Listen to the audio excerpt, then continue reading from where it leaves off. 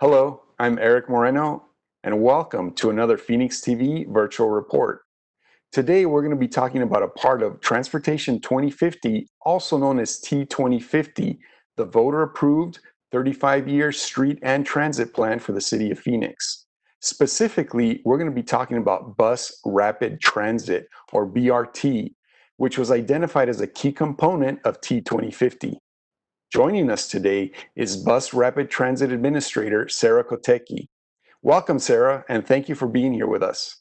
Thanks for having me, Eric. I appreciate the opportunity to share this fantastic program with the City of Phoenix residents. Yeah, we appreciate you being here with us to explain a little bit more about this. So what exactly is Bus Rapid Transit, or BRT? Great question. Bus Rapid Transit, or BRT, is a high-capacity bus service that focuses on improved speed, reliability, convenience, and the overall transit experience. Think of it as an enhanced or advanced bus service. It's been around for over 45 years, implemented in over 160 cities worldwide, and this new transit option will be coming to the city of Phoenix, the 5th largest city in the United States. So when people hear BRT, they might get it confused with maybe the express or the rapid, or even just the regular bus system. What's the difference exactly? Why not just enhance the current bus routes and buses? So in 2015, Phoenix voters approved the Proposition 104, creating the 35-year street and transit plan known as Transportation 2050, or T2050. And a primary objective of T2050 is to provide transportation solutions considering a future condition with an additional 600,000 to 700,000 residents. And for our city to be economically viable with that kind of growth, a higher percentage of people will need to utilize transit. Unfortunately, transit is the most space-efficient way of moving lots of people, and BRT has been identified as a key component of T2050 to expand our high-capacity transit network. So we have a commitment to Phoenix residents to deliver BRT. The question is, how are we going to execute this? And one of the first steps is to identify corridors that will make up the BRT Foundation network. And what are some of the elements of BRT exactly? So there are some common recurring elements found in successful BRT systems, and they include enhanced stations with level platform boarding, making it easier for people of all abilities to access the bus.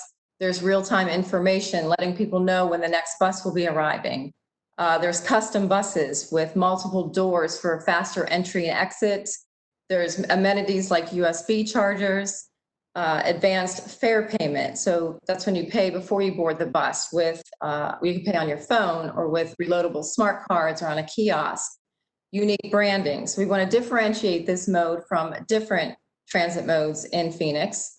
Also, there's the potential for dedicated lanes and transit spot improvements such as queue jump lanes or transit signal priority. Thank you for touching on that. I was going to ask you exactly about queue jumping. Can you explain what that means?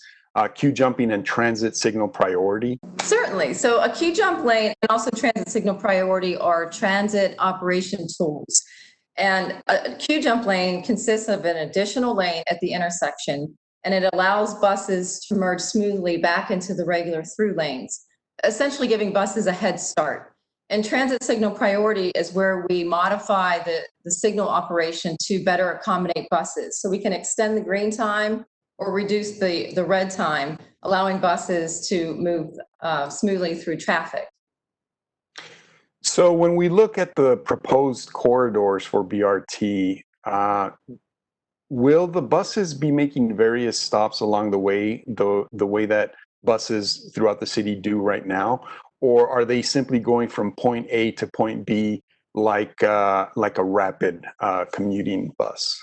Great question. So the focus with Bus Rapid Transit, unlike our standard local bus service, which stops about every quarter mile, Bus Rapid Transit will be geared towards 1 mile stop locations. And just to differentiate between Bus Rapid Transit and the existing rapid and express service that we have here today, those are two very different systems. So BRT focuses on arterial roadways. As I mentioned, 1 mile stop locations. It's focused for all riders, and the frequency would be about every 10 minutes. The focus on rapid and express service is on major freeways. It originates at park and rides. It's specifically geared towards commuter traffic, so the morning AM and the afternoon PM peak periods. And the frequency isn't as often either. It's 10 to 30 minutes depending on the route. So two very different systems offering two different services. And right now we can say that we're in the initial phase, correct? What's happening at this moment? So as a new transit option for Phoenix, BRT will be developed based on where the current and future transit ridership shows the most need and with lots of community input. The BRT team was asked to reevaluate the original corridors from Proposition 104 and also identify other potential corridors for consideration. We took 3 factors into account: socioeconomic and demographic data, transit performance, and ridership, forecasted ridership. And based on those factors, we had an analysis. We came up with 6 strong potential BRT corridors. Ultimately, we want to identify the 3 corridors that will make up that BRT foundation network that I talked about. But before we do that, the next step is public education and outreach along those 6 potential BRT corridors. And how can the community get involved? So anyone interested in learning more about the Phoenix BRT program can visit our webpage at phoenix.gov/BRT. We have lots of information. We have a BRT 101 video, a fact sheet, Q&A. We have meeting information, date and time. We have a link to a virtual presentation and a survey. And I mentioned earlier that part of the development of the BRT program will be in part with community input. So I encourage everyone to look at our webpage, phoenix.gov/BRT, participate today, and help shape Phoenix BRT program. Sara Kotecki, thanks again for joining us. For Phoenix TV Virtual Reporting, I'm Eric Moreno.